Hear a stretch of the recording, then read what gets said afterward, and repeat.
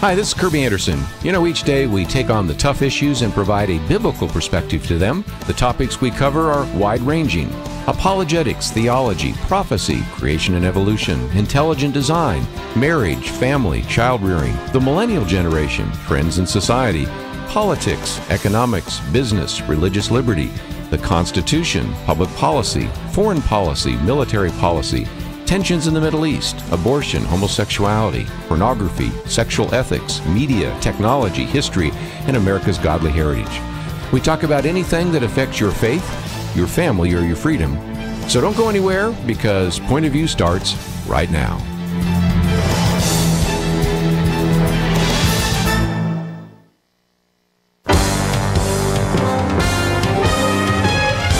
Across America, live.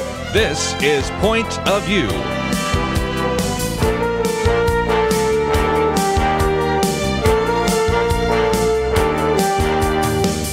And now, Kerby Anderson. Thank you for joining me today here on Point of View. First hour, we're going to have lots of fun talking with our good friend Ray Comfort.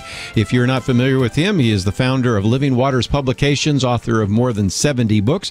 Probably a couple of his best known, Hell's Best Kept Secret, certainly Nothing Created Everything, and a whole series of books, of which we're going to talk about the third in the series. Some of the previous ones, The Beatles, God and Bible, Hitler, God and the Bible, and this one today, Einstein, God and the Bible. He is also, of course, the co-host of the television program The Way of the Master, which airs in 123 countries around the world. Ray Comfort, always just great to have you on the program with us. Oh, I appreciate you having me on, Kerby. Thank you. We have a link to Living Waters to our website here. We have an article about this book, and we also have just a short video that I know your organization produced about this series, the Beatles, then Hitler, now Einstein, and I would encourage people to watch the video. It's very short. Then maybe click the share button, put it on their webpage. These are ways in which you could use this as an evangelistic outreach. Certainly one or all of those particular books might be just a great opportunity for you to reach out to your friends, your neighbors, coworkers that need Christ. And so I know, Ray, you've always had just an incredible burden for the lost and have really taught us a great deal about evangelism. And this book series is something that I think we could hand to a lot of our unsaved friends, especially if they're interested in the area of science and learn a little bit more about Albert Einstein, and maybe clear up some misconceptions, because the foreword by Ken Ham reminds us that a lot of the so-called new atheists or the angry atheists really kind of claim Albert Einstein as the standard bearer and kind of the patron saint of atheism. You found something very different as you began to do the investigation, didn't you? Oh, yes. You can Google Einstein atheist, and you find that Einstein's face comes up on a stack of atheist sites. The thing about atheists is, you're right about calling them angry atheists, is that they can lie. The means justifies the ends. There's no moral ethic for an atheist. There's no absolute. So you can lie and you can twist. And so they say Einstein was an atheist when he certainly wasn't. He wasn't a fool. An atheist is someone who believes, seriously, nothing created everything. There was nothing in space. There was a big explosion of nothing and produced everything. Flowers, birds, the trees, the sun, the moon, the stars, the seasons. 1.4 million different species of male and female, all bringing forth after their own kind. It's just crazy. Sir Isaac Newton, sure, said atheism is so senseless, and a perfect choice of words to describe it. All you need to know that God exists is to use your senses. You know, a builder exists because the building is there. Buildings don't build themselves. You know, a painter exists because the painting is there. Paintings don't paint themselves. And you know, creation exists because, the Creator exists because there's a creation right in front of us. So we're without excuse. Romans 1 hits it on the head. It nails it. The invisible things of Him from the creation of the world are clearly seen, being understood by the things that are made. Wherefore they are without excuse. I might just mention the first 10 chapters are about Albert Einstein, so we're going to spend a little bit of time getting his history. Then you have chapters on science forums, some of the things skeptics ask and say, as well as how maybe we can ask very important questions and answer those, and how we can use this in an evangelistic way. But I was intrigued by the fact that in your introduction you talked about the fact that in some ways you could really understand Albert Einstein. He was Jewish, you were Jewish, immigrated to this country as you did. There are a little set of parallels that I really hadn't thought about until I read that part of your book. Yeah, some people say I look a little bit Einstein, like Einstein. Since I've grown a beard, so I really don't. Yes, you're getting closer. when I get out of bed first thing in the morning, I look like Einstein sometimes. But seriously, he was concerned that everywhere he went, people knew who he was. I would say, Albert, get a haircut. I mean, you see a guy, when America had very, very short hair, a guy looked like he had just received 240 volts. He's got gray hair all sticking out. But I was in an airport in Phoenix, Arizona, and I gave tracts to 5 Muslim ladies. I had a little girl with her. She was about 6 or 7. And one of them says, you look like Einstein. And as they came into the plane, I'd gone in earlier, they filed past me and said, hello, Einstein. And it kind of puffed me up just a little bit. You know, if someone says you're an Einstein, they're saying you're a genius. And I had these little delusions of grandeur just for a moment. And as they were leaving the plane, the 7-year-old walked past me and said, bye, Frankenstein. And it kind of brought me back down to earth. That's a great story. Go ahead. But, you know, his name is synonymous with genius. Then again, someone's sarcastic, they call you an Einstein. You know, they're saying you're stupid. But, you know, Einstein makes more money, as much money almost as Elvis and Michael Jackson since he's passed into eternity. So there are some interesting things about him. One of the things you found in researching this is he was not easy to pigeonhole, and that is you have the famous quotes, for example, of God does not play with the dice, where he seems to believe in God. Then others quotes where he talks about, well, I don't have that childlike faith, and you've been asked about that. You mentioned that in the book.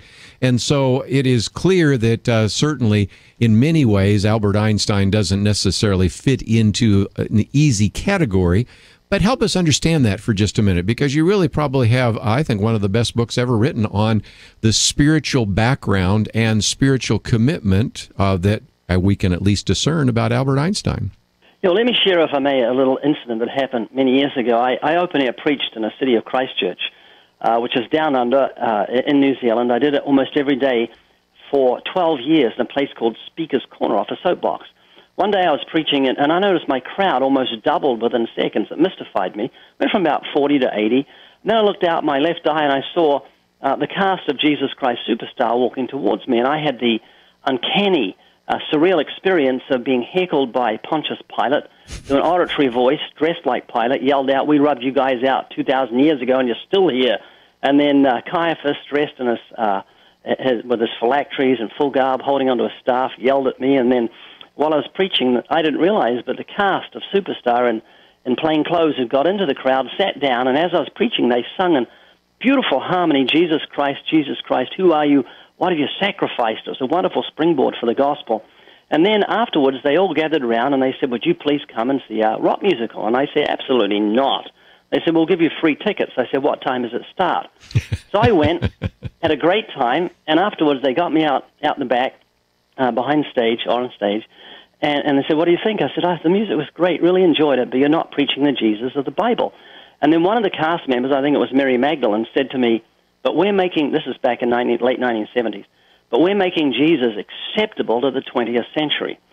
That's what idolatry does. It changes the very nature of God to suit ourselves. And that's what Einstein was.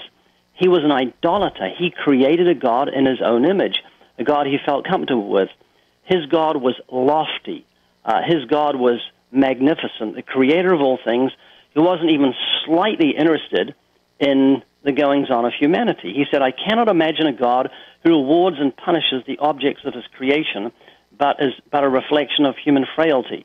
He said, I do not believe in the God of theology who rewards good and punishes evil. My God, that's how you know an idolater, because they say that, my God created laws that take care of that. His universe is not ruled by wishful thinking, but by immutable laws. And the reason he was an idolater is because he had committed adultery. And he said that he wanted to sin his little heart out through his life.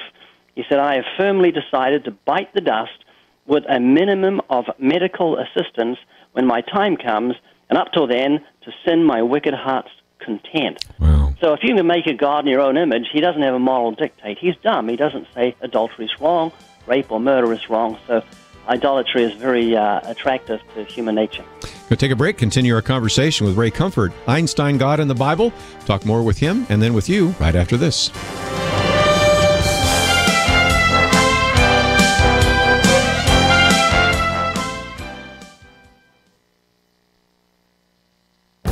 The Point of View Commentary with Kerby Anderson. A quick glance at a chart of student loan debt helps explain why this will certainly be a topic of political campaigns and political discussions. One chart at the National Center for Education Statistics shows a startling increase in student loan debt. One report estimates that the average college graduate will be responsible for repaying an average of $33,000. That amount has tripled in just 20 years. The increase is due to many factors, but let me mention two important ones. Government involvement in the student loan program has created an atmosphere of easy credit. Students and their parents are taking on more debt than they should. A second factor is related to the first, rising tuition costs. More students going to college using more debt to finance college makes it easy for colleges to continue to raise tuition. Tuition is rising faster than medical cost, food cost, housing cost, and any other item on the family's budget. It's easy to see, therefore, why student loan debt will be the next political football. Already we have the president working to expand student loan forgiveness with the current pay-as-you-earn program. Students who qualify need only pay 10% of their discretionary income for a maximum of 20 years. Some critics have run the numbers and found that it is possible that some students with high debt and low-paying jobs would not even pay off part of their student loan debt. Their payments wouldn't even cover the interest on their student loans due during those 20 years. To put it bluntly, American taxpayers are already paying off the student loans of some students. If this trend continues, it is likely we taxpayers will be paying off other student loans in the future. Is that fair? Students voluntarily entered into these loans. No one forced them. Many of the American taxpayers who will be forced to pay off these loans did not go to college. Is it fair that they should have to pay off student loans? Soon we'll be hearing about the student loan debt crisis. These are some questions that should be added to the debate. I'm Kerby Anderson, and that's my point of view.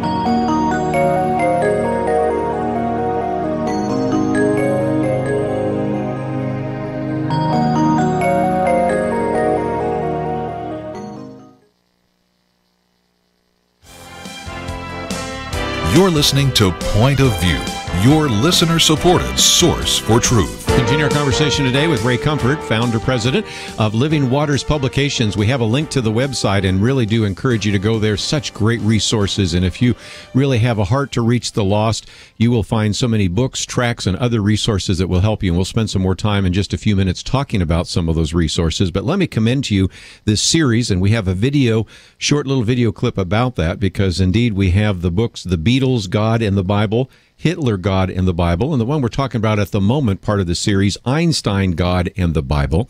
And Ray, just before we move on to some other issues, I thought we'd come back at least to that concept of Einstein's God. In Chapter 4, you talk about Einstein embracing Spinoza's God. And so on the one hand, we can't say that he had the God of the Bible in his mind, but on the other hand, we also can't agree with the atheists that Einstein was an atheist either. Absolutely not. He clearly said, I am not an atheist. He said, in the view of such harmony in the cosmos, which I, with my limited human mind, am able to recognize, yet there are people who say there is no God. But what really makes me angry is that they quote me to support such views. So Einstein objected. If he was around today, he'd go berserk. His hair would stand on end, yes, because he wouldn't like what atheists are saying about him, what they're using him to do. So it's so disingenuous, and I can see why they do it. There's been a tug of war over Einstein even when he was alive, before he died, as to whose side he's on, because if Einstein's on your side, if you're an atheist and you say Einstein was an atheist, you're saying, well, therefore, atheism is intelligent. And a lot of people are swayed by that, but it's the exact opposite. All you've got to do is look at the harmony in the cosmos. If there was an explosion that wasn't caused by anything in the beginning, explosions don't cause harmony. Think of an explosion that brings things together and makes things harmonize. It's the exact opposite. Explosions cause chaos, and you've got to have something to cause an explosion, and you've got to have something to explode. So atheism truly is foolishness. Well, and again, I appreciate the fact that you've pulled together so many quotes and have end notes there. But again, a really surprising one that you mentioned just a minute ago where he says, I will sin to my wicked heart's content, which explains why we see so many people who, on the one hand, say in church they believe that we're created in God's image, but really they've created God in their own image. And you argue that that is idolatry, and it's something that we should really speak against, don't you think, in the 21st century? Oh, absolutely. We don't create idols with our hands as much as Israel did in the Old Testament.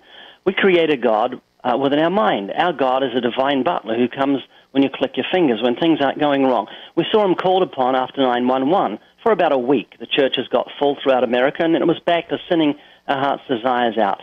You know, it's very important that we make it clear that sin is not miserable. Whoever said as miserable as sin was probably the same guy that said crime doesn't pay. Of course crime pays. It's a billion-dollar industry, and it's going to pay right up until Judgment Day.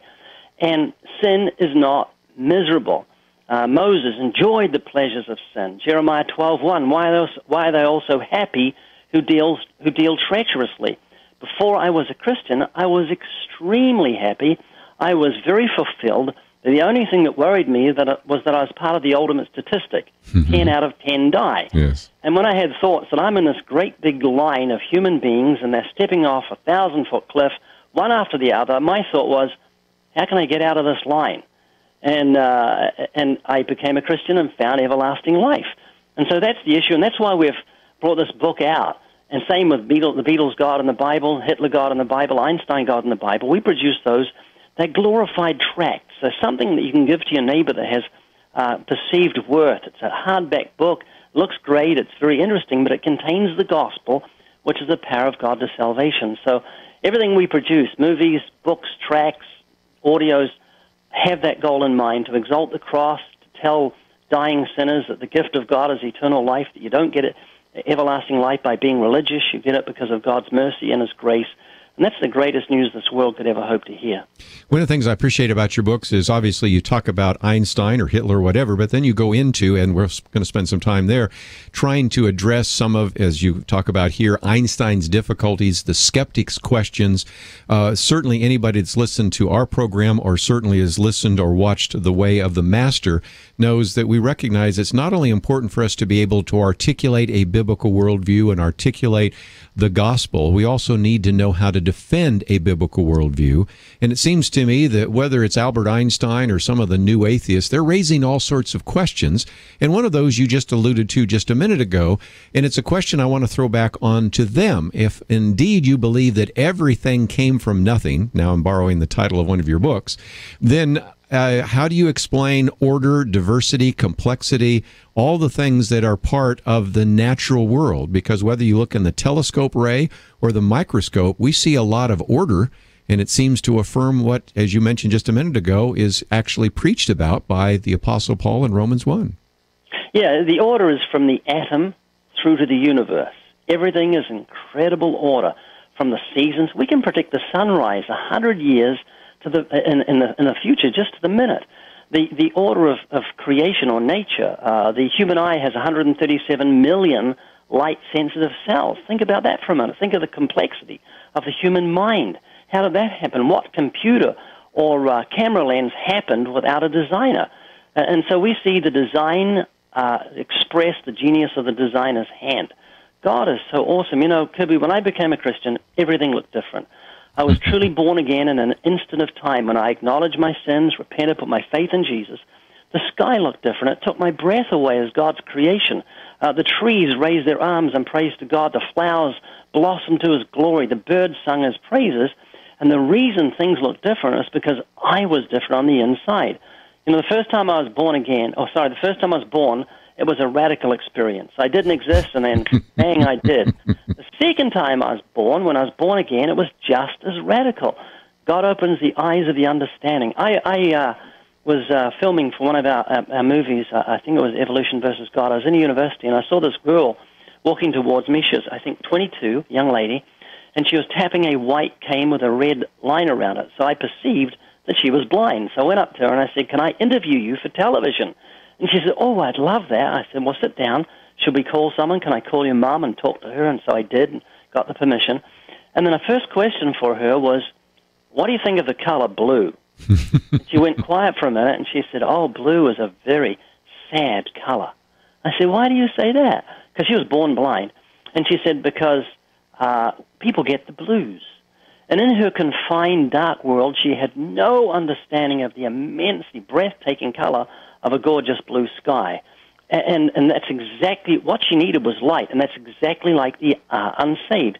Their understanding is darkened. They're alienated from the life of God through the ignorance that's in them because of the blindness of their heart. Jesus said, unless a man is born again, he cannot see the kingdom of God. Yes. He needs light. And the Bible speaks of two lights. One is the commandment is a lamp, and the law is light. We need the 10 Commandments to show us that we've sinned. And then we need the light of the glorious gospel of Christ as the image of God. And when we receive those lights, then suddenly we see the magnificence of God revealed throughout creation. So everyone has that intuitive knowledge that God exists, but it's only within their conscience, within their mind, the light that God has given to man, and they need that new birth to open the eyes of the understanding. You know, that idea of spiritual blindness relates a little bit to the difference between the way the atheist looks at the world and the way a Christian looks at the world.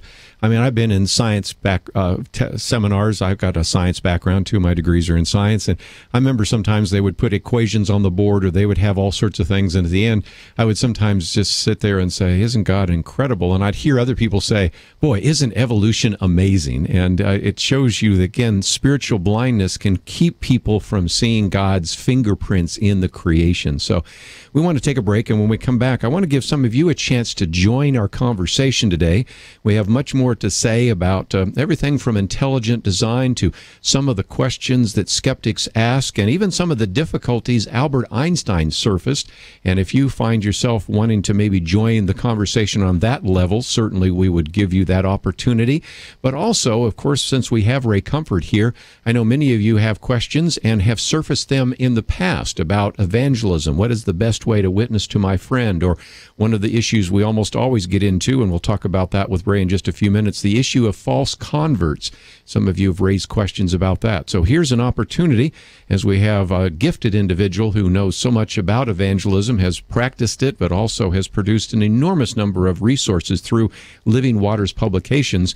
Let me give you a chance to join our conversation in the second half hour here. That number is 1-800-351-1212. 1-800-351-1212. If you just joined us, we're talking about his book, Einstein, God and the Bible. It's part of a series which had other books precede it, The Beatles, God and the Bible, Hitler, God and the Bible. Really excellent hardback books, kind of like tracts, but something that you can give to your unsaved friend and begin a conversation. And if you have friends that would be interested in knowing something about one of those three topics, I would commend them to you. We have a video that shows you a little bit more about the series, and you can perhaps take that, watch that video, hit that share button, put it on your blog, put it on your Facebook page. It will generate some conversation, and that will be a great opportunity for you as well. We have information about the book in that section, and we have a link to livingwaters.com so that you can go and find some of the great resources that are available through Ray Comfort. We'll take a break. We'll take some of your phone calls and give you a chance to join our conversation as we continue our conversation today with Ray Comfort and talk about his book, Einstein, God and the Bible. We'll be back right after this. You are listening to Point of View. For materials offered during the program, please write to Point of View, Post Office Box 30. That's Box 30, Dallas, Texas 75221, zip 75221. Or call our toll-free number, 1-800-347-5151. That's 1-800-347-5151. The opinions expressed on Point of View do not necessarily reflect the views of the management or staff of this station.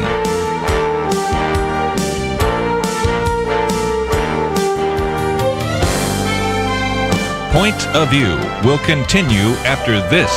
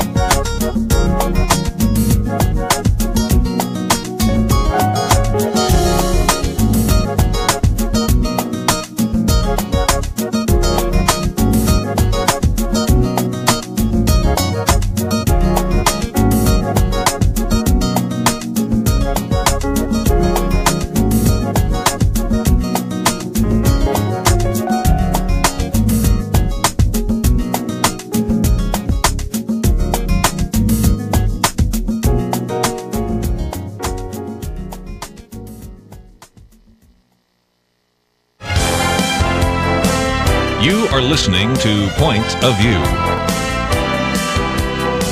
The opinions expressed on Point of View do not necessarily reflect the views of the management or staff of this station. And now, here again is Kerby Anderson. I'd like to join our conversation today. We're privileged to have with us for a little bit longer Ray Comfort as we talk about his book, Einstein, God and the Bible.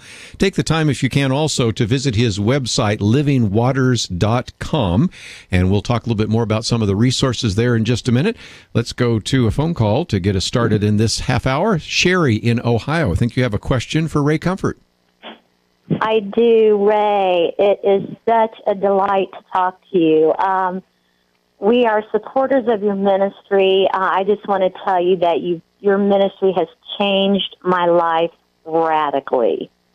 I'm a mom with college-age students at a major university here, and I am in college now myself and finding how God is using me. These young people are so hungry to understand authentic Christianity and how you reach God. And so my question is, because I'm finding I'm a magnet now, since I have really been a student of your materials, and God has so used those to kind of propel me into the environment where these young people are. I go to a small church, and my heart is to really be able to use the materials, because I pretty much exclusively research the materials on your site and everything. So I really want to use those materials in a way to get people out of the pews, particularly high school, college-age kids. That's really what God has laid on my heart, I think. And go out with them, but really train them the way that you do and the way that people in your ministry so skillfully do. Can you help me with that? Yeah, you mean motivate the local church to do the work of evangelism? Is that what you're saying?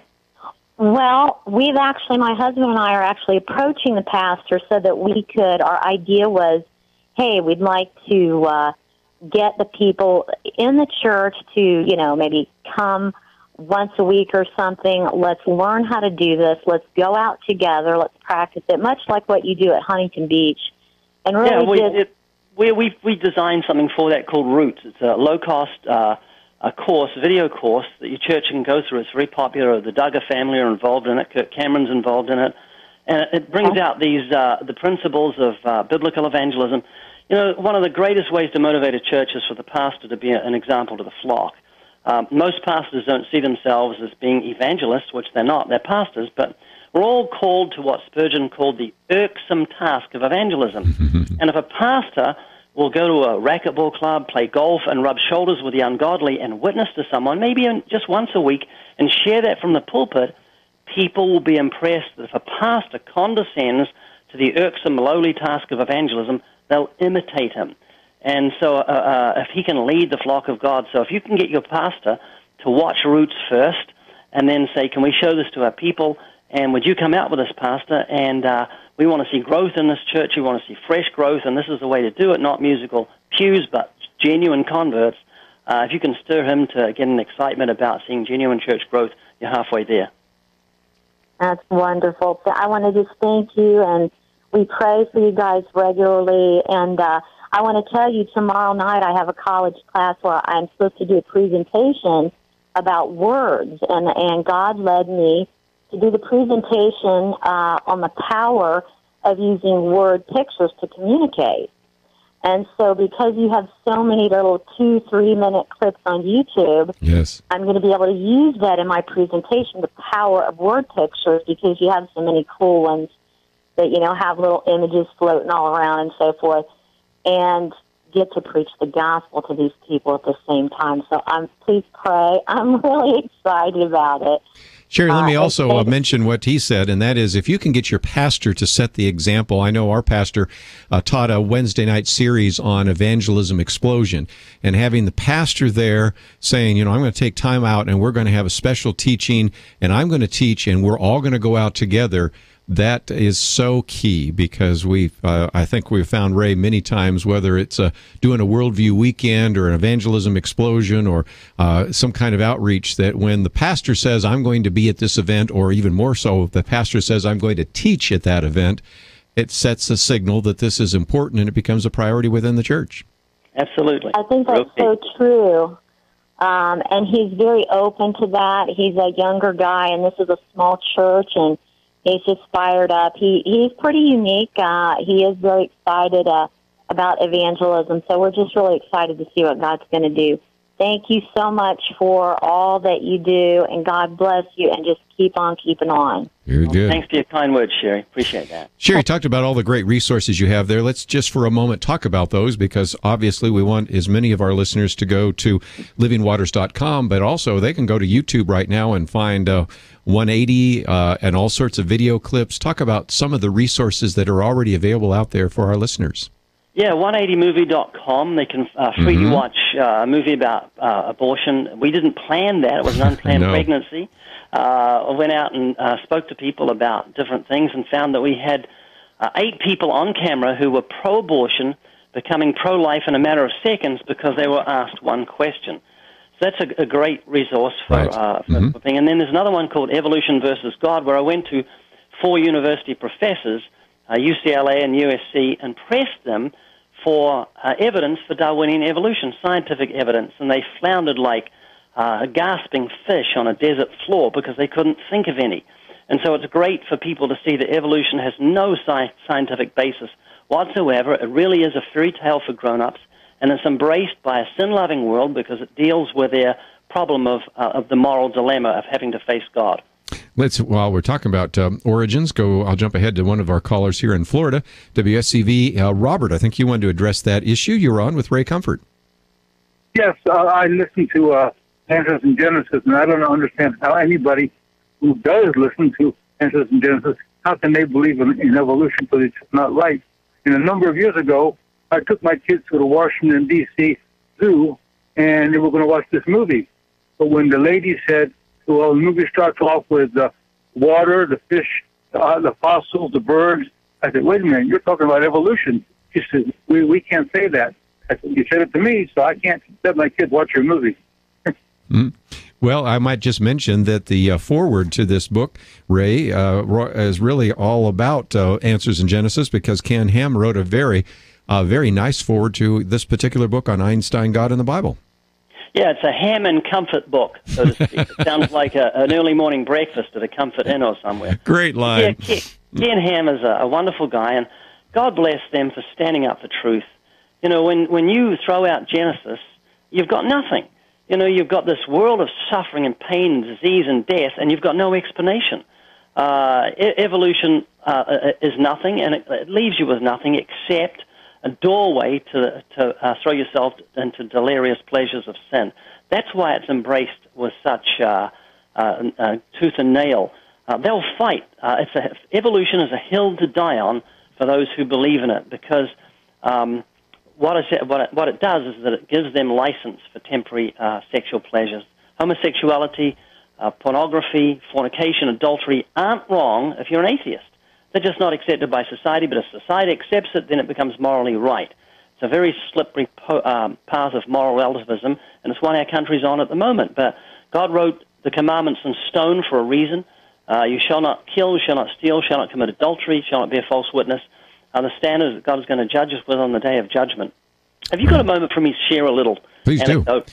We've got about a minute and a half Hawaii. Before the next break. Go for it. Okay, let's see if we can do it. I was in Hawaii teaching. Someone has to do it in 1991. Missionaries. There was about 60 of them, and my daughter was one of the missionaries on her way to India, and I had to instruct them. Beginning of the teaching, 2 pretty girls came up and put a lei over my head, just packed full of these beautiful flowers. And then they kissed me on each cheek, and sanctified kiss, went back and sat down. And I stood there for a moment, then stepped down into the pews, went down to my daughter, lifted the lei, put her over her head, and kissed her on the cheek. And everyone went, wow, what a token of love and kindness. No, it wasn't. Those flowers stunk so bad I couldn't breathe, and I had to get rid of them without offending the people that were there. Man looks on the outward appearance. God looks on the heart. And when we see the outward appearance, we say that person's a good, upstanding citizen, but God sees the thought life. And that was my revelation on the day of my conversion. I looked at the words of Jesus, you shall not commit adultery. I thought, I haven't done that. But I say to you, whoever looks upon a woman to lust after her has committed adultery already within his heart. And when you realize that God sees the thought life and His absolute pure holiness, that puts us on big trouble on the day of judgment, heading for hell. But we see the same God as rich in mercy, and He provided a Savior so we could be forgiven. Great story. When we come back, let's, if we can, also talk about how, in many ways, Albert Einstein said, I reject this idea of God who rewards and punishes His creatures. And, of course, I always love the way in which you illustrate that. You might reject that the sun is a burning ball of fire and might say it's made of cheese or something else, but it doesn't change its reality. And we'll come back and talk about if indeed you are on the wrong side of that decision, how you can find peace with God. We'll be back right after this.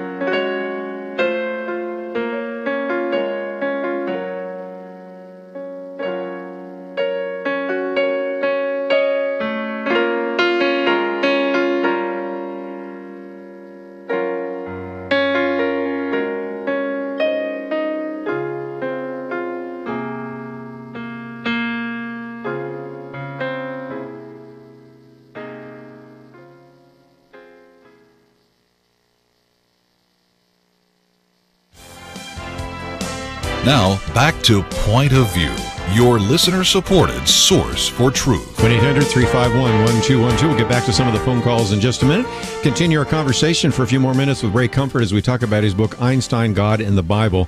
And Ray, just a minute ago, you were kind of giving us a look at the moral law.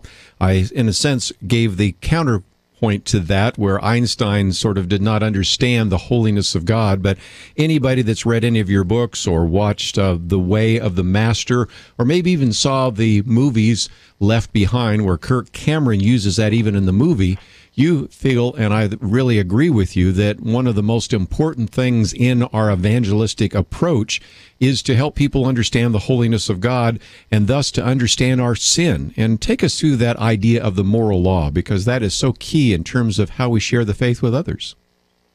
Yes, the carnal mind is enmity against God, the Bible tells us in Romans 8. We talked about atheism for a minute before. Atheists have as much desire to find evidence about God as you and I have to hug an Arizona cactus. They really don't want evidence because they want to continue on their path of sin. They love darkness, hate the light, neither will they come to the light lest their deeds be exposed. And that's why it's so important for you and I to be careful when we get into apologetical argument about the existence of God. I believe in apologetics. I've got a whole Bible called the Evidence Bible filled with apologetics. But apologetics are but bait for when you go fishing. If you go fishing and all you've got is bait, you're going to end up with fat, happy fish that get away. You've got to take a hook. And Romans 8, verse 7 tells us why. The carnal mind is enmity against God. It is not subject to the law of God, neither indeed can be. In other words, the unregenerate, carnal human mind is in a state of continual hostility towards the God of the Bible. And you can see this by the way they use the Lord's name in vain. What other person in history besides Jesus Christ has had their name used as a cuss word internationally? Mother Teresa, Adolf Hitler, Napoleon, nobody but Jesus. And that's because he said, the world hates me because I testify of its deeds that they're evil. So that carnal mind is in a place of enmity. But Romans 8, verse 7 tells us where that enmity is. For it is not subject to the law of God, neither indeed can be. Humanity doesn't want God telling them what to do morally. Don't you tell me what to do with my life, I'll do what I want to do. And so to attack the carnal mind, to hook them in, you have to do what Jesus did. You have to take the time to open up the moral law. That's the hook. In Mark 10, verse 17, a young man came running to Jesus, knelt down, said, "Good master, what shall I do to inherit eternal life?" What did Jesus do? Did he preach the love of God? Did he preach the cross? Did he say this prayer before you change your mind? No, he firstly reproved the man's understanding of the word good. Only God is good. 47 different definitions of good in the dictionary, and the top one is moral excellence. God is morally perfect. And then Jesus then brought 5 of the 10 commandments to this man to show him the morality of God, the standard that God judges by. And so what the law does is it brings the knowledge of sin to us. It acts like a mirror. When we get up in the morning, we look in the mirror to see what damage has been done during the night. When we see ourselves in truth, we go to the water to wash. And all the law does, those commandments, is show us that we're sinners and that we desperately need washing. We need to be cleansed by the blood of Christ. So that's the biblical way to evangelize. That's why we call our program The Way of the Master. We just imitate Jesus and Paul. Romans 2, he said, you say you shall not steal. Do you steal? You say you shall not commit adultery. Do you commit adultery? What's he doing? He's addressing the conscience. Right. Place of the knowledge of right and wrong. And lots of times you say that bypasses the mind, the moral arguments, it gets to the heart. And it's been a very effective way in which you've reached out and taught others to do so. And if you find yourself saying, I'd like to know a little bit more about this, again, we have links to livingwaters.com. Let's see if we can grab a phone call just before we run out of time. We'll go to Missouri this time, KNEO. John, what would you like to ask today? Hello. I kind of have a two-part question. One of my friends believes in aliens and he believes that they created us. I was just wondering maybe if you might be able to point me in the right direction with both of these. The second one is my neighbor. He believes in God, or a God. He believes that he was brought back to life or saved from death by God, and he felt his love and power, but he doesn't believe in Jesus. He doesn't believe the Bible. He doesn't believe the Quran. He doesn't believe anything because it was made by man or decided by man. It's wondering if he's the kind of guy that will debunk everything that you throw at him. That is my neighbor. What you got to do is throw at him what Jesus threw at people. You've got to move away from that carnal mind and let him know that he's up the River Niagara without a paddle. And the way to do that is to go through the 10 Commandments. Say, do you think you're a good person? If he says, yeah, I'm a good person. Okay, let's see if you're going to do any good on Judgment Day. Have you lied or stolen? Have you ever looked with lust, and you committed adultery in the heart? Have you hated someone? You're a murderer. All liars will their part in the lake of fire. It doesn't matter what you believe. You have to face a holy God on the day of judgment. And just let him see. He is up the river Niagara. He hasn't got a paddle.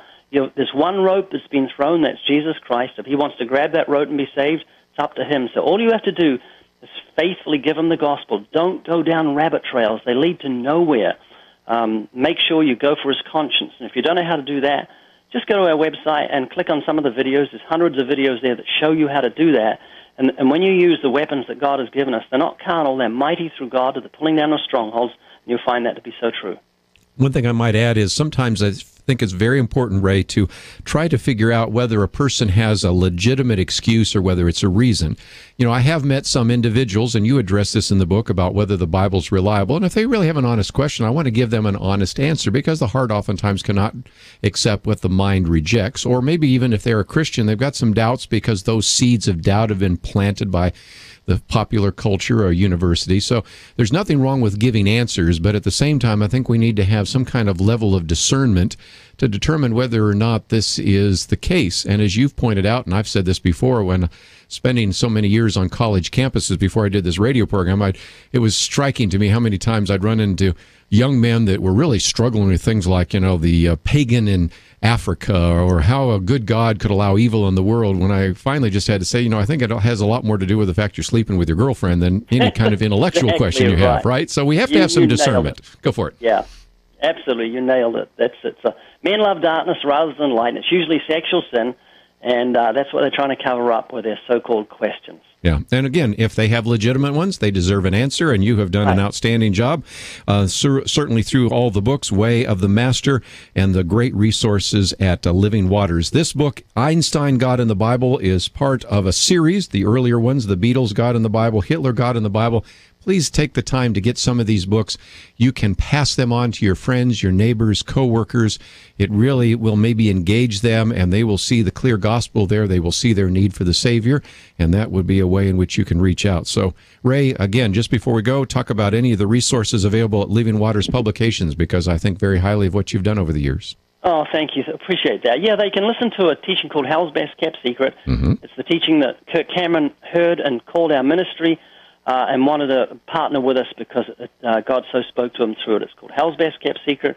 Totally free. One pastor listened to it 250 times. It's really worth you taking the time to listen to, and that'll be a foundation for other resources on the website. I remember, again, when you came over from New Zealand, and you and I used to cross paths sometimes at the Worldview Weekends and all of the rest, and certainly just appreciated all the good work that you've done in the written, as well as all these video clips. So take the time to find out more, and again, all of that can be found at livingwaters.com. And Ray Comfort, thanks for joining us once again. We'd like to do it again with you sometime soon. Thank you, Kerby. We're going to take a break, and when we come back, we'll get into some other very important issues. And if you find yourself wanting some more help on this area of evangelism, of reaching out to your friends and neighbors and coworkers, maybe family members, we have posted quite a bit today. First of all, of course, we have information about the book, and that's in the articles section. We have the web link that you can follow. And let me also real quickly mention in that we have that video on the God in the Bible series, so that you can maybe find out a little bit more about that series. There is a share button, so after you watch it, you could click on that, put it on your Facebook page, put it on a blog, maybe send it to someone else. Maybe one of those books would be intriguing to them. If they're interested in pop culture or music, well, the Beatles. If they're kind of interested in history, Adolf Hitler. Interested in science, Einstein. Certainly a lot of books that I think would be very helpful to you, along with all the tracks, videos, and all the rest. So it's all available at their website. Hope that you will go there. And when we come back, we'll take some more opportunity to get into some very important issues. But stay tuned. We'll have that right after these important messages.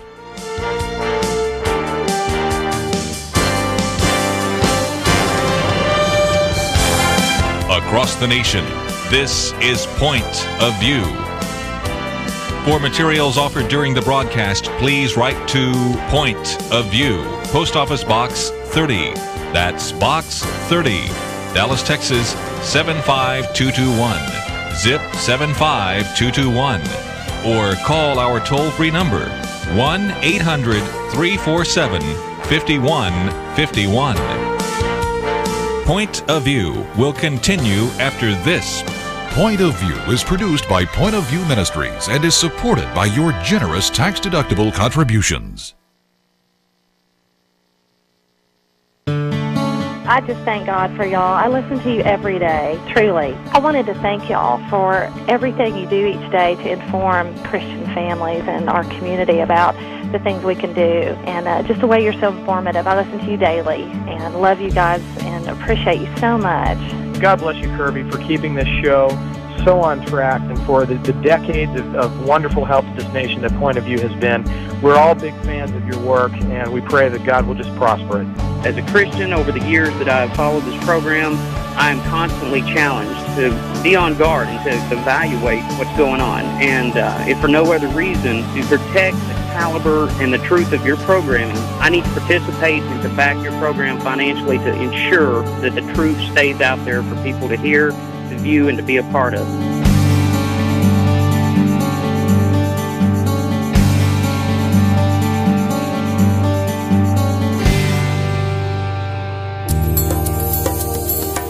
This is Point of View Radio.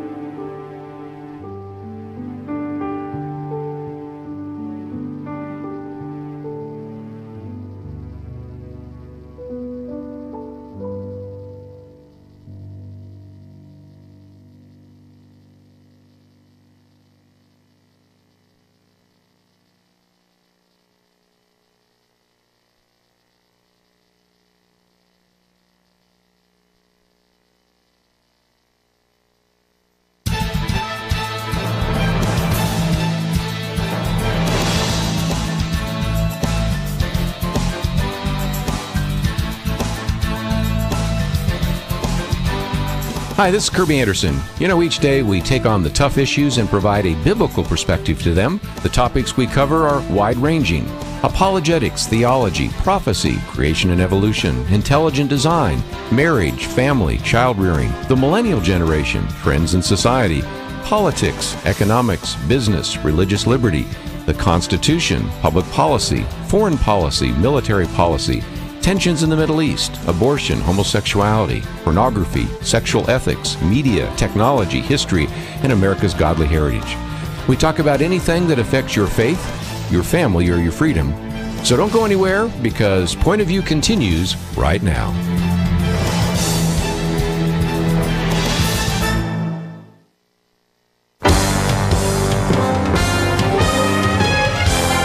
Across America, live. This is Point of View.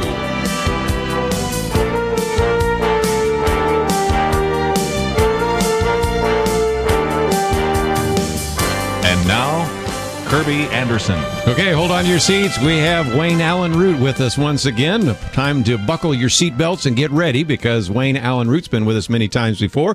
Widely known as a capitalist evangelist, an individual that ran on the Libertarian ticket for vice president and also has been the executive vice chairman of the conservative caucus.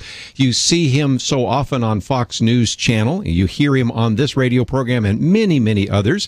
He was an individual that was a classmate of Barry Obama at Columbia University, although he never met him, never crossed paths with him, and more recently has come to refer to himself as a blue-collar SOB. That stands for son of a butcher, as you'll find out in a minute. Not only son of a butcher, but a grandson of a butcher. Allyn Root, always great to have you on the program with us today. Hey, Kerby, always great to be on. An honor to be on with you. Thank you. Well, and again, this book, amazing, 400 pages of great material, The Murder of the Middle Class, How to Save Yourself and Your Family from the Criminal Conspiracy of the Century. I love the way you wrote it, of the crime scene, the victim, the chief suspect, the accomplices, the murder weapons. We're going to get into it in some detail, and I certainly am looking forward to that. But tell me your background, because when we talk about the middle class, I used that example that you've used on a couple of interviews, and that is son of a butcher, grandson of a butcher. We grew up, a lot of us, with parents that just tried to struggle to be successful in the middle class, and today there is an all-out war on the middle class. Yeah, you know, my dad, the butcher, and my grandfather, the butcher, led really nice lives. I mean, I think that's what makes America so great. You don't have to be Warren Buffett to live a great life. You know, you want a new car every 2 or 3 or 4 years. You want a nice house to live in that you own, not an apartment, but a house that's in your name that maybe is paid off with the banks. It's all yours. You want to pay for your kids to go to college. That's something middle-class people did 30 years ago and 40 years ago. But I got news for you. It's not something they do today. Let me give you an example. Yes. Right now at this moment, just in the last day, we found out the net assets of the average American down by a third since the year 2003. 1/3 of what you own is gone since 2003. And how about this one? 1/2 of what you own is gone since 2007. So you just go back 7 years, and you had twice as much as you have now. The average household income is down about $4,000 a year since Obama became president. 36% of Americans are facing debt collectors. We just found that out yesterday. That's 77 million Americans facing debt collection. The phone is ringing, and people are chasing you for your bills. 93 million Americans are out of work who are working age and no longer work, and about 106 million are on entitlements. So those two match pretty well, Kerby. You're talking about people who no longer work, and they're not like, it's not like they're not a burden on the rest of us. They're collecting welfare and food stamps and housing allowances and free meals at school for their kids. They're bankrupting all of us. Now you add in the fact that electricity bills are at an all-time high. We found that out yesterday. Mm-hmm. And that groceries at an all-time high, and that gas has doubled since Obama became president. And here's the clincher. Healthcare premiums are up more than the 6 years before Obamacare combined.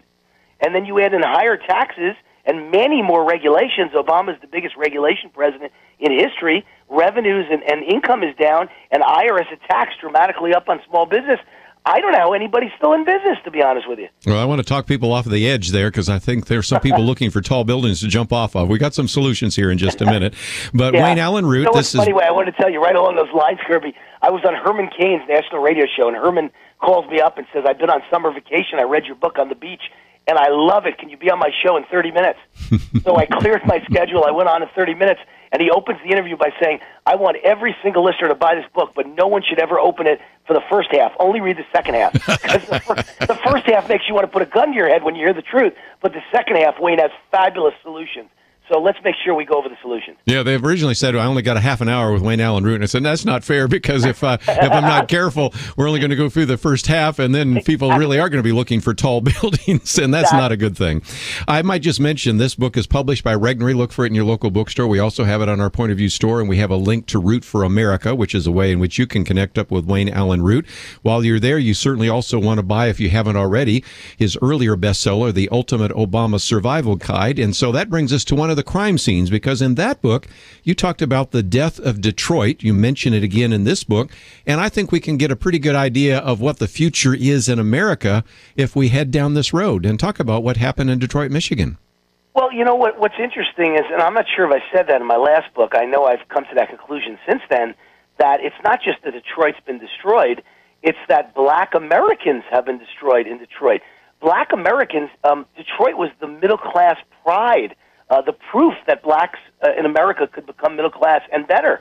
And so it was the middle class black champion of this country was Detroit. And also the middle class champion in general, black, white, or any other color, was Detroit. It was a place where you could go with nothing and you could become something and work a wonderful job at an auto plant and make a very middle class high wage and do well in life and save some money and then send your kids to college and they could do better than you.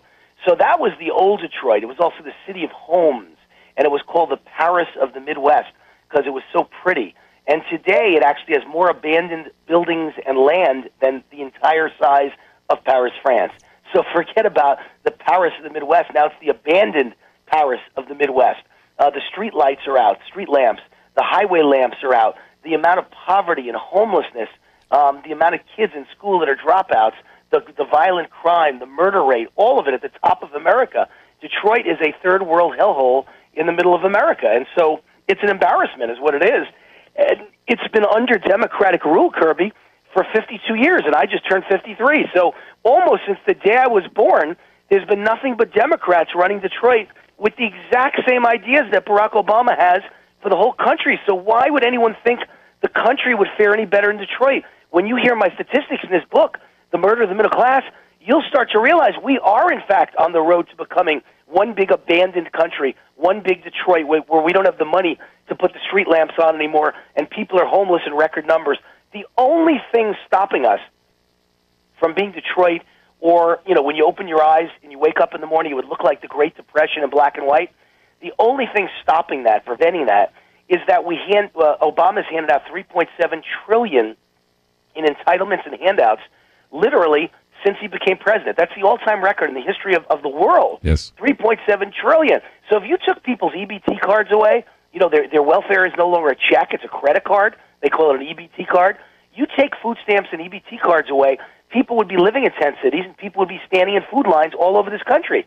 That's the only thing. Fake money handed out to poor people prevents us from having rioting in the streets and tent cities everywhere you look. But the reality is it's all debt that's owed back by middle-class people and your grandkids and your kids. And that's why there's a murder of the middle class out there. Fascinating. Let's take a break, and when we come back, we will continue our conversation today with Wayne Allyn Root. And one of the sections in his book, and it shows up in a couple of different chapters, are the question of course, our current president. And Wayne Allyn Root was actually a classmate at the same school in the same major with Barry Obama. At that time, that's what his name was. But also, he asked the question, where was Obama? Because he does not remember him. None of his associates do. And at the same time, he was aware of the kinds of things that were taught at Columbia University. We can talk about the Cloward-Piven strategy and others. So he brings an insight that very few others bring, and that also helps us understand about the murder of the middle class. Let's take a break. When we come back, we'll continue our conversation with Wayne Allyn Root, and later on, we'll open up the phones to give you a chance to join our conversation. Stay tuned. We'll be back right after this.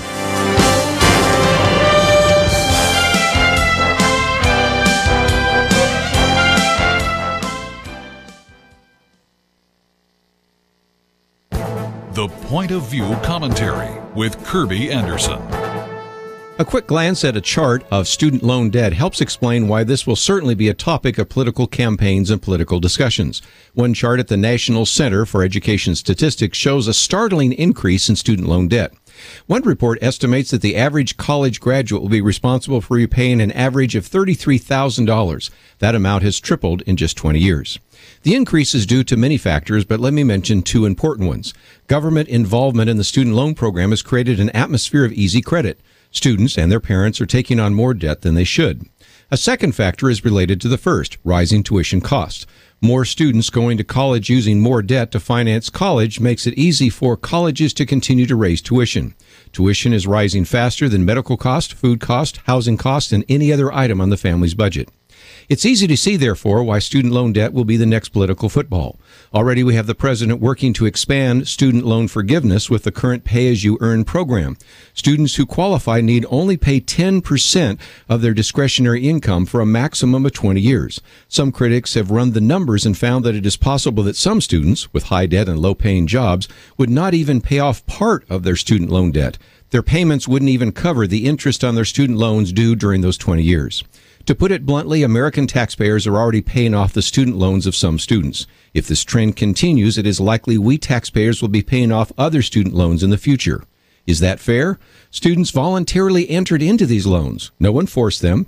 Many of the American taxpayers who will be forced to pay off these loans did not go to college. Is it fair that they should have to pay off student loans? Soon we'll be hearing about the student loan debt crisis. These are some questions that should be added to the debate. I'm Kerby Anderson, and that's my point of view.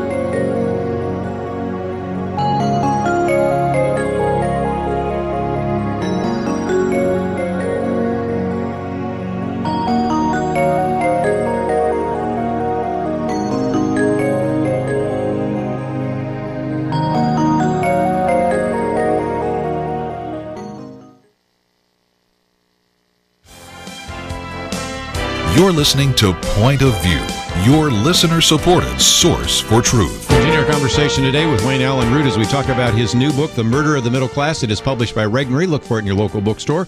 But in case you have difficulty finding it, we also have it on our Point of View store, and we also, of course, have a link to his website, Root for America. So all of those resources are available on our website, pointofview.net.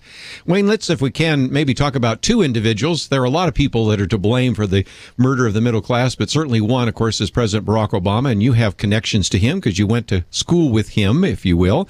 And then another would be Senate Majority Leader Harry Reid. I hear that maybe 2 years from now you might actually run against him. So I'd love to get your thoughts. But Barack Obama certainly was an individual that accepted some of the ideas that he learned at Columbia and at Harvard. How have those ideas, as they've been implemented as policy, affected and ultimately hurt the middle class? Well, I don't know how anybody, Kerby, could argue that the things that are poison to America, to any capitalist society, to the middle class, to small business, to jobs, the things that poison them are taxes and regulations and debt and spending. Well, guess factually, in my book, it's proven, guess who the biggest spender in world history is? Barack Obama. Fact. Guess who the biggest taxer in world history is? Barack Obama. Fact. Guess who the biggest debt creator in world history is? Barack Obama. Fact.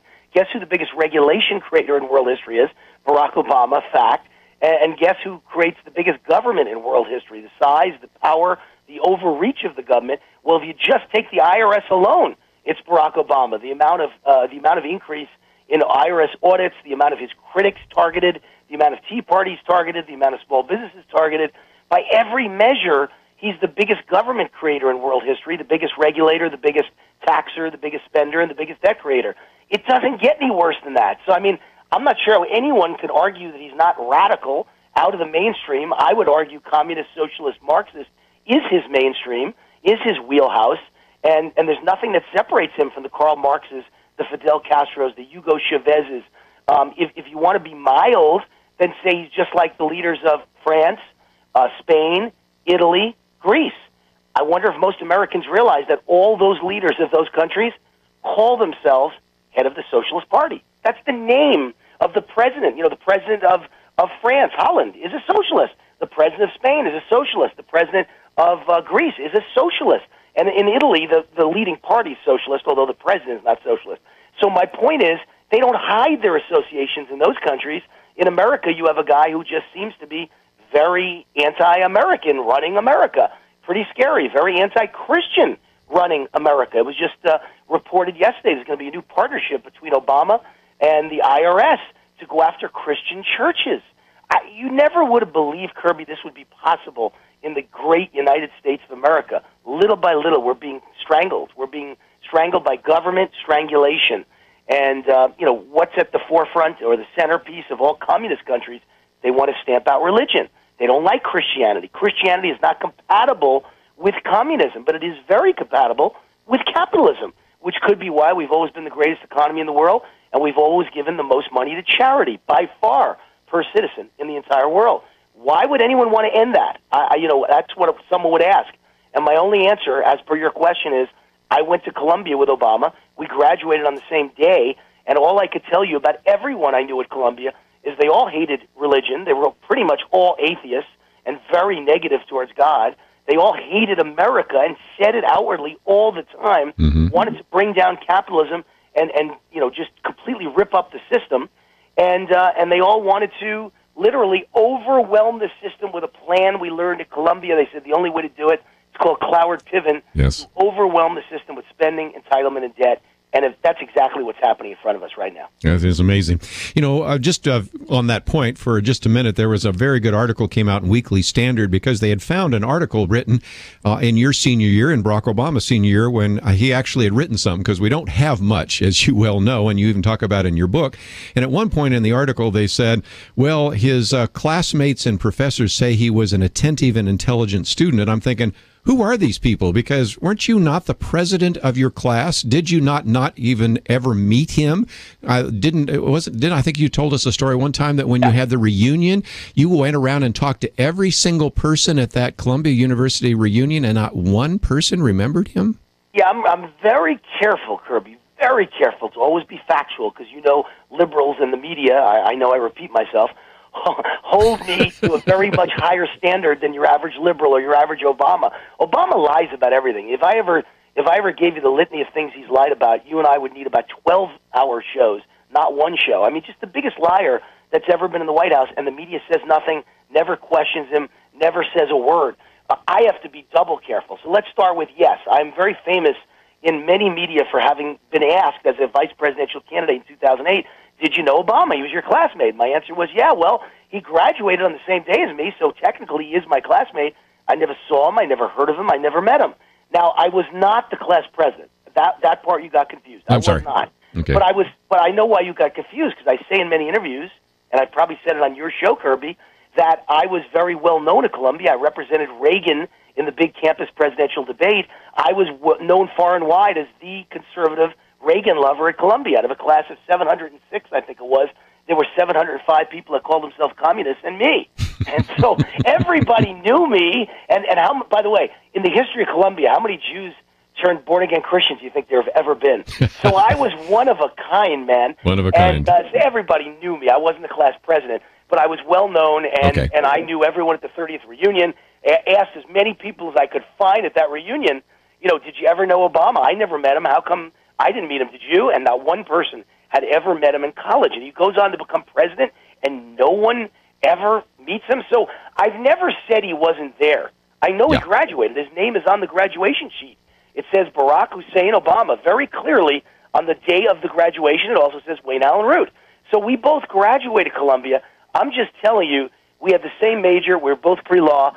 He wasn't in any classes. I never said he wasn't there.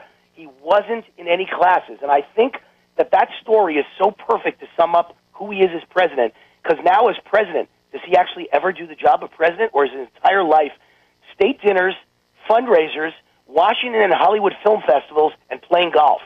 So I think he conducted himself as a student the same arrogant, egotistical way. I think he's a sociopath. He thinks he's better than the rest of us, Kerby. He had no reason to go to class. He showed up for finals, sneaked in the back of the room, wrote down what his answers were, got his gentleman's C or D, and left. And he graduated without ever really going to a class. And I think now he's going to go through 8 years as president without caring about America, maybe hating it, but certainly not caring there are millions unemployed, and just playing golf. And no one in the media says a word. He's the same now as he was then. Fascinating. Well, I just wanted you to hear some of that in case you've never had a chance to hear Wayne Allyn Root, because he has done quite a bit, and there's quite a bit in the book about Barack Obama, or back then Barry Obama. But just before we take a break, let's start talking about some of the solutions, and I love one of those. It just made me laugh out loud. The Seinfeld strategy. Anybody remember Seinfeld remembers George Costanza, and George Costanza had problems all his life because every decision he made was a failure. But one day that changed. He's hired by George Steinbrenner, the world champion New York Yankees. It's kind of like he won the lottery. And so basically, Jerry asks, what did you do? And he says, everything I think I'm going to do, I do just the opposite, because I've always made bad decisions. So what I think is good common sense, I do just the opposite. There is a sense in which, if you look right now at what is coming down as policy from, say, individuals like President Barack Obama, Senate Majority Leader Harry Reid, former Speaker of the House Nancy Pelosi, if you do just the opposite, you'll be in pretty good shape, won't you? Yeah, I mean, think about everything they did with the economy. If we did the opposite, we'd be better. You know, taxes, regulations, debt, free health care, all idiotic things that have wrecked the American economy. Think about their views towards Israel. Look at the attacks on Israel now. You know, anyone who's religious, Kerby, anyone who's ever read the Bible knows Israel is the promised land, and would automatically know that if you ever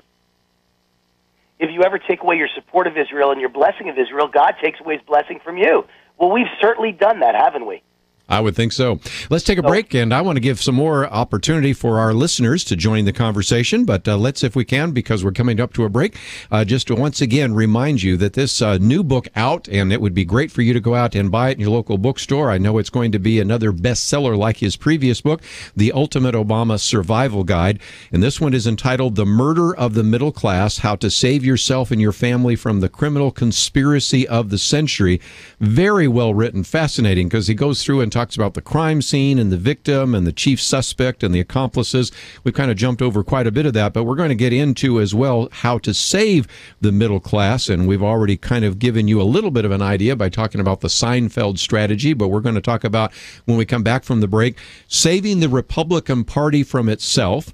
Certainly how you need to begin to pay attention to some of these very important issues. He's put forward a middle-class contract with America and a number of very important fixes. So it's a fascinating book. It is one that I think will be very helpful to you, not only in this election, but in the next election as well. And we'll get a little more perspective from Wayne Allyn Root, maybe since he is from Nevada. Talked about the possibility of running against Majority Leader Harry Reid. We'll see what he thinks about that. And most importantly, want to think a little bit more about what you think about these issues. So we'll give you a chance as we open up the phones to join the conversation. 1-800-351-1212. And you can go to our website, pointofview.net, find information about this book, as well as some other great resources that you might want to obtain. As you go to the article section, there's also a very good interview that you can watch, so let me encourage you to visit our website, pointofview.net, and give us a call, 1-800-351-1212. We'll be right back. You are listening to Point of View. For materials offered during the program, please write to Point of View, Post Office Box 30. That's Box 30, Dallas, Texas 75221, zip 75221. Or call our toll-free number, 1-800-347-5151. That's 1-800-347-5151. The opinions expressed on Point of View do not necessarily reflect the views of the management or staff of this station.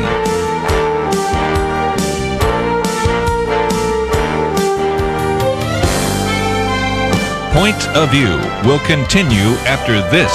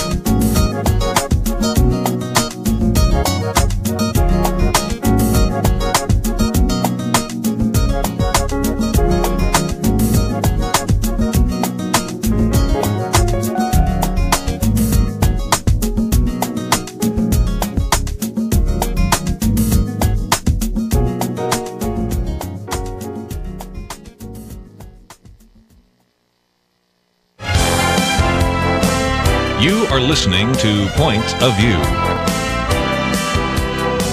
The opinions expressed on Point of View do not necessarily reflect the views of the management or staff of this station. And now, here again is Kerby Anderson. If you'd like to join our conversation today, Wayne Allyn Root with us as we are talking about his book, The Murder of the Middle Class. Most of the lines are full. We'll get to those in just a minute, but I thought we'd put at least one more positive proposal on the table, Wayne, and that is the middle class contract with America. Now, there's 18 points, so we're not going to go through all of those, but give us at least the highlight, because the contract with America that was put forward by, at that time, Newt Gingrich in 1992 was very significant and led to a Republican sweep in 1994. And it seems to me that we need another sort of contract with America to explain to people in the middle class and all Americans what needs to change if we're going to resurrect the middle class from the grave. Yeah, I guess that's what Herman Cain was talking about when he said only read the second half of the book. It's got the middle class contract with America, which I think is so valuable. I think the Republican Party, Kerby, could ride that to a landslide victory in November and again in 2016, actually elect a Republican president. The main point of it is that Ronald Reagan turned around Jimmy Carter's economy like by snapping his fingers. If we were on TV, I would just snap my fingers and say like that, but yes. You can't see that on radio, so I had to say it that way. He would just snap his fingers and boom, we turned around the worst economy since the Great Depression in a matter of 2 years and created 20 million jobs. It was a really unbelievable turnaround, and I think we could do the same thing again. How did Reagan do it? He took power away from government, he starved the government, and he gave the money and the power back to the people with a dramatic tax cut from 70% rate to 28%. He cut taxes almost by half in the middle of a great Carter depression. That's amazing that he would think of that, he would have the courage to do it, and that he would get it passed. Amazing. And the one knock on Reagan, by the way, don't let any liberal ever knock Reagan. Their only knock on every radio show I go on is, oh, Wayne, okay, he did that, but he created a massive budget deficit. Well, that's a lie. To get the biggest tax cut in history approved by a Democratic Congress run by Tip O'Neill, he had to compromise. Isn't that what Democrats say all day long? Republicans need to compromise. So my hero, Ronald Reagan, compromised, somehow got Democrats to agree the greatest tax cut anyone in the world has ever seen, dollar-wise, and in return, he allowed them to keep spending. That was the compromise. Democrats can never allow you to cut spending. So he traded a tax cut for spending. They're the ones who created the biggest budget deficit ever, not Ronald Reagan. So let's debunk that myth. Number two is Reagan did it. He gave all that money back to the people, and he believed the private sector and the average small business person, if you gave them more of their own money, would expand business, create business, grow businesses, and create millions of jobs, and it worked. And that's what I want to do, Kerby. I want a national income tax vacation. I guess you could call that Reagan squared or Reagan on steroids. That's even better than Reagan did because the economy's even worse than Jimmy Carter's economy. We need a shock to the economy, a defibrillator. And the way to do that is to let everyone keep 100% of their income tax money. Everything they make, they pay no income taxes on for 1 year. And they'll take that money and they'll grow businesses and they will expand their business and they will build brand new businesses and they will spend money on furniture and they will hire people.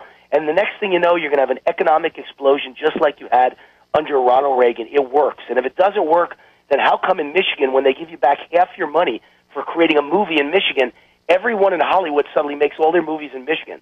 Did you know 26 of the 28 big-budget blockbuster movies in Hollywood last year were made outside of the state of California? Oh, sure. Only states that offer giant tax credits. It works. Sometimes outside of the country, they go to Vancouver, Canada, and places like that as well. Good illustration. Let's take some phone calls. We'll go to John in Georgia. You're on with Wayne Allyn Root. Hey, thanks, guys. Appreciate the taking my call. Hey, Wayne, I've got a daughter that's going to be attending Barnard College up there in New York this year, and we're conservative. She's conservative. But what advice do you have that I can provide to her to continue to arm her, and be ready for what she's going to encounter? I would say, I'll tell you what, John. First of all, congratulations. That's wonderful. Your daughter's brilliant, and it's the same way I thought about my daughter. Harvard may be even worse than Columbia or Barnard. Barnard, by the way, is the sister school to my alma mater, Columbia University. Right. And it's so liberal. Oh, my gosh. Mm-hmm. But you know what? So's Harvard. And my daughter was homeschooled her whole life.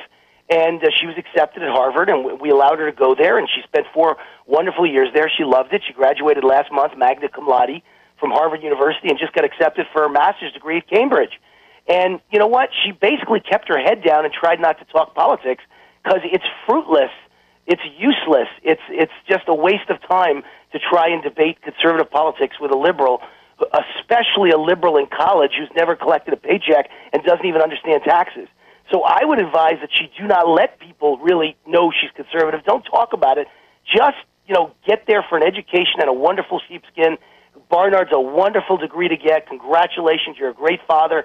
Don't let her, sacrifice her career by standing up and being the biggest conservative at Columbia or Barnard, because it won't help, because no one's going to change their mind. She should get that degree, go out and get a fantastic job, make a lot of money with that degree, and then use that lot of money to be a soapbox and stand up for conservative causes, and use that money to donate to conservative and Republican candidates and to give money to Christian charities. All the great things you can do when you become successful in life, don't jeopardize it by being a big-mouth conservative at college. That's my best advice, because I'm telling you, you can't win at Harvard. Keep your head down. You can't win at Barnard. Keep your head down and just get that education and get that wonderful sheepskin. Yeah, again, I think you can make the case. I've made the case before that I've gone to the same schools as Bill Clinton, Yale, Georgetown. I turned out a little different, so I think it's possible. And we've had Dinesh D'Souza, graduated Dartmouth, or Eric Metaxas, Yale, some things like that. You can certainly do so, but you don't need to pick a fight. There'll be enough fights that will come to your door anyway, so probably good advice. Let's go to North Carolina. Edward, what are your comments for us today? Thank you for taking my call. I have a somewhat, perhaps a radical opinion on something. Most people, when they get into politics, they may aspire to the highest office in the land, that is the President of the United States. But my feeling is that our current President aspires to be more than that, and that is he wants to be a key player in the, for lack of a better term, the end times. New World Order. Yeah. United Nations. I mean, a lot of people have talked about whether Bill Clinton wanted to have that position after president. And, of course, there's a lot of evidence we've heard just even recently from Edward Klein in his book Blood Feud about the fact that the Obamas are already sort of planning for the next step, whether that's Michelle Obama running for Senate in Illinois or whether it's to establish an ongoing presence there in Washington, D.C. So what are your thoughts about that, Wayne? Well, it's pretty clear to me that, based on what's happening in the world, I'm kind of an economic guy, and I don't talk world affairs too much or the United Nations or, one world and all that kind of philosophy. But you certainly can see what's happening in the world. First of all, the world acts pretty similar. You've got liberal leaders in charge of every country. You've got central bankers who act just like the Federal Reserve does. They all spend like drunken sailors, completely irresponsibly. And the minute you have a debt crisis, their solution is to spend more. Yeah. So they solve a debt crisis with more debt. These people are all crazy, and they all come from the same philosophy. Matter of fact, I would guess most of the world's leaders all come from places like Harvard and Columbia and Barnard and Dartmouth and Yale. They all come from the same colleges. They attend them in America, and they learn the same liberal and radical philosophy. So I tend to agree with this caller, Edward, that we're all headed to a one-world society, and Obama's part of that. Certainly, he wants to give up our rights at the United Nations in many different cases, especially involving green energy and guns.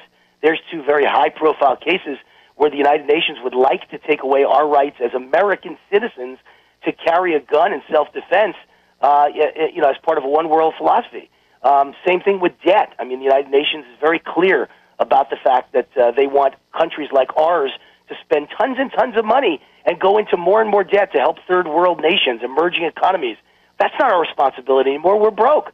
We can't add more debt to help you. If you're Brazil, you got to help yourself. The days of helping you are over. And by the way, who says that works? The country that got all the help from the world, or I should say the continent, that got all the help and charity from the world was Africa for the last 50 years, and they're still living in complete poverty. And the country that took no charity was China, and part of China's Hong Kong. They have the most booming economy in the world over the same 50 years. No one gave charity to Hong Kong, and yet they have the #1 economy in the world. If we treated Africa the same way, perhaps they'd have the #1 economy in the world, or certainly a surging economy. Instead, Africa's economy looks a lot like Detroit's economy, run by Democrats. When you do nothing but live on charity and handouts, you wind up poor with no ambition and no drive and no self-respect and no self-esteem, and that's what happens. So, there are people in this world that are definitely aiming to bring America down and make us part of just be an ordinary country as part of a one world system. And I think Edward's right. There's a lot of dangerous people out there. I think Barack Obama is most probably one of them. We're going to take a break, and when we come back, we'll get a few more comments from Wayne Allyn Root. I know he'd like to say something about the Affordable Care Act, known as Obamacare, and certainly would love to get his thoughts about his political future. So much more to cover, and we will do that after this break. And if you'd like to join us, we'll try to get a few more phone calls in. I am afraid we're going to have more calls than we will have time to cover, but we certainly want to give a few of you a chance to join the conversation today. And if you find yourself saying, well, I would like to read a lot more about that contract with the middle class, or maybe the issue of some of the necessary fixes that he talks about in the book, it's all available in The Murder of the Middle Class. It's available at your local bookstore. It's published by Regnery. We'll be back with him right after this.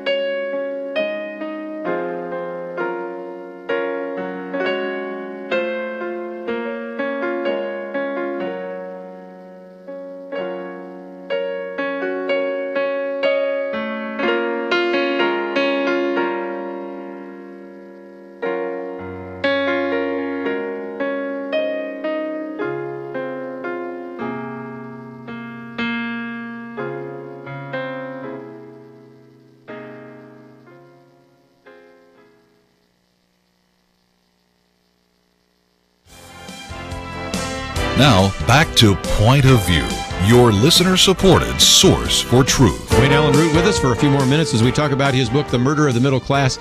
Again, when you have almost 400 pages, we're just covering the tip of the iceberg. I really do encourage you to read the book. And as Herman Cain suggested, if you don't want to get depressed, just read the second half, maybe not the first half. But you need a little of that first half to understand it. But before we take another phone call, certainly I would be remiss if we did not talk about the Affordable Care Act, oftentimes referred to as Obamacare. You obviously, in your previous book and this one as well, Wayne, talk about repeal and replace Obamacare. But the thing I like about that is you actually set forth health freedom. 10 very important points, 10 steps towards that. It's one thing to say repeal and replace. It's another thing to say, here's what we need to do and replace it with. And again, you're a firm advocate of the free market and of a free market that allows individuals to buy insurance across state lines, to encourage prevention over treatment, to make healthcare insurance and medical costs tax deductible, and on and on and on. You've got some very good ideas that I think should be implemented by anybody that is calling for the repeal and replacement of Obamacare. Yeah, and you know what's interesting, Kerby, is that I'm a vitamin fanatic. You know, and I don't know if fanatic's the right word, a vitamin enthusiast. How about that? Much more positive way of saying it. I've been taking vitamins since I was 16 years old, and a lot of them, and I love them. And they give me energy. Wherever I go, I give speeches, whether it's political or Tea Party or business speeches all over the world about branding. I just got back from Amsterdam in Holland, and every person in the room stands in line to meet me, and they all say the same thing. Where do you get your energy? Yeah. I want to bottle it. I want more of it. I want more of your energy. I take my vitamin pills every day. I think vitamins should be tax deductible. If you want to prevent illness instead of just reacting to it, once people have cancer, Alzheimer's, diabetes, heart disease, we have AIDS. We have a real problem in this country. It costs billions of dollars to treat them, and we're going broke. And the worst one of all, by the way, in the future is Alzheimer's. So many millions of Americans are going to have Alzheimer's. If you could prevent it rather than worrying about treating it through vitamins and nutrition and healthy diet, organic as much as possible, and exercise every day, hit the gym every single day, which I do without fail, either the gym or swim, you know, you would change people's lives, and you'd have a much healthier country, and you wouldn't go bankrupt. You'd save billions and billions of dollars, tens of billions, trillions over time. So that's another point I make in this book, and I literally got one of the world's great vitamin experts, another Wayne by the name of Wayne Gorsick, who built the biggest online vitamin company in the world, to write an entire chapter on the 10 most important vitamins you could take to create perfect health and never get into the Obamacare healthcare system. Because once you're in it, government is running your body, not just your life and your economy, right? I might just mention, too, as they get into the book, it's actually in the gray, so you can find that part by Wayne Gorsick. And I found that fascinating. I thought, I can't believe you put that in the book. But again, I know enough about you to know that, again, people need to take care of their health, and that is another important part. And encouraging prevention over treatment was one of your 10-point plans. So I appreciate you bringing that up as well. And then, of course, don't forget tort reform. The one thing left out of Obamacare was tort reform, but it's the most important thing, and it's because he's a lawyer, Michelle's a lawyer, everyone in his administration's a lawyer, everyone in his cabinet's a lawyer, and lawyers protect other lawyers. But I believe, personally, and most people listening are better nodding their head right now, lawyers are ruining this country. Now, when you need a good one, I have good ones, and I love them when they're defending me. But in general, lawyers are bad for business, and they're the ones in politics who are ruining this economy and ruining this country, and he's put no tort reform into Obamacare. What a disgrace. You know what I really want to bring up here, Kerby? Go for it. It's something that will shock you and your audience. Do you realize the guy who wrote The Murder of the Middle Class, me, Allyn Root, that guy had my insurance canceled for my family 2 weeks ago? Oh, goodness. I got the letter in the mail from Aetna, one of the biggest insurance companies in the world, and what did Aetna say to me, almost word for word? Because of the mandates of Obamacare, we cannot afford to keep you on your policy. And remember, I've never been sick in my life. My family takes vitamins. They've never been sick. How is it possible if you've never been sick, they can't afford you? When Obama became president, he promised that the average family, because of his policies, their health care costs would go down $2,500 a year. Instead, they went up $3,000 a year. That was before Obamacare took effect. Now, since Obamacare took effect, it's actually higher premium increases since in the short time we've had Obamacare than in the 6 years previous combined, folks. So you talk about a liar, a fraud who sold this thing on nothing but lies and said, you know, prices would go down and this will be good for the economy. It'll be good for debt. It'll reduce the debt. It won't kill jobs. We know from the Congressional Budget Office it's going to kill 2.3 million jobs over the next 10 years. And then the biggest lie ever told, if you like your insurance, you can keep it. Allyn Root just lost his insurance because of Barack Obama's lie. So there it is. There you have the fraud that's destroying this country and wiping out middle-class families. My insurance, by the way, Kerby, on the day Obama took office, the cost was $500 a month. Do you know what it is now? I hate to guess. $1,700 a month. More than doubled. And canceled me because they said they couldn't afford me. I had $1,700 a month, even though I've never been sick. Now, you explain if that's not the murder of the middle class. That's certainly a great illustration. You know, you talked about we probably don't need more lawyers in Congress. How about a free market entrepreneur, a man that knows how to build businesses that maybe is the next senator from Nevada? What are your thoughts? Well, I guess you're talking about me. Yeah, well, I can't think of anybody else that would be better to challenge Harry Reid. That would change the dynamic of the Senate dramatically, wouldn't it? I think you're talking about a man named Allyn Root. I'm ready to go to war with the liberals of this world, who, by the way, that's a nice way of saying communist, socialist, Marxist. I'm so sick of liberals running like cockroaches in the light from the word communist when they believe in all the same things. Stop being nice to them. They call us radical and extreme. I even see at the moment I'm speaking to you, they have new emails from Lois Lerner that indicate she called Tea Partiers radicals and extreme and rats and terrible people. They use every word to describe us, but if we accurately call them a Marxist, they go, oh, I'm not a Marxist. Really? But you are. Take a look at the planks of communism. You believe in the Communist Manifesto. Everything you're doing is leading us to America becoming either more socialist or completely socialist. So don't tell me you're not a socialist. You are. But am I going to run against Harry Reid? I would say I'm seriously looking at it. It's at the top of my bucket list. I've got at least a year to decide, and we'll see in the next year where America's going. I want to see if we can win a landslide in November 1st to prove that Republicans are back, in the positive for the American public and that people aren't crazy. You know, as we come close to the end of this interview, I'll tell you what I want to most important say. Go for it. And that is that the Republican Party needs a change in branding. I just saw a study. You do talk about that in the book, yeah. I do, and I just saw a study in the media that depending on how you describe green energy and climate change, people are either 100% for it or 100% against it. Mm-hmm. If you tell them it means clean air for their kids, they all want it.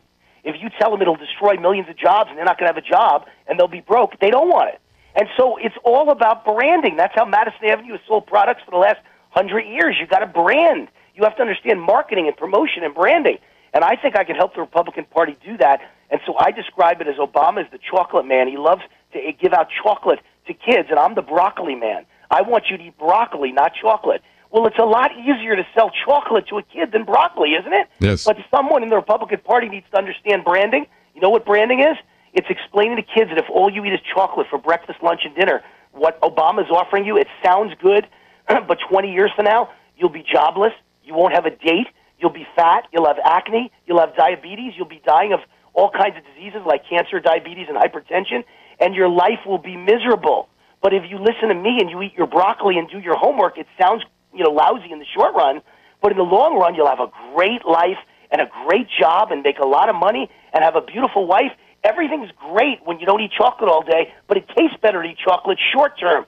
Republicans are offering long-term prosperity, peace, and success with broccoli, and he's offering you chocolate in the way of free health care and free contraception and free phones. Everybody likes free stuff. But guess what? In the long run, you will be a loser if you accept it and get that mentality that Obama wants you to have. You'll be dependent on government the rest of your life. I'd rather drive a Mercedes than live on food stamps the rest of my life. That's why Republican ideas are much better than Democrat ideas, but someone has to explain the long-term implications. Yeah, Chapter 20 of your book, The Magic of Branding. Let me encourage you to find out a little bit more about the book, The Murder of the Middle Class, also rootforamerica.com. And Allyn Root, always great to have you on the program. Kerby, it's an honor to be on, and I thank you for having me, and God bless America, and let's fight the murder of the middle class. We can't allow it to happen. We'll do it again, but we are out of time today, and again, encourage you to get a copy of the book. It is going to give you some really good talking points, give you some really good action items, and something that I certainly know that you will benefit from. You can find out more about it on our website, pointofview.net, and I hope that you'll take the time to learn about those various books that we've talked about today. It's all available there. I want to thank Samila, Andrew, Chris, and Catherine for their help behind the scenes. Have a great day. We'll see you back here tomorrow.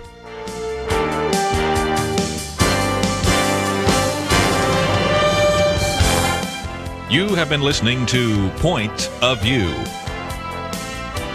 For materials offered on the program, please write to Point of View, Post Office Box 30. That's Box 30, Dallas, Texas 75221. Zip 75221. Or call our toll-free number 1-800-347-5151. That's 1-800-347-5151. Point of View is produced by Point of View Ministries and is supported by your generous tax-deductible contributions.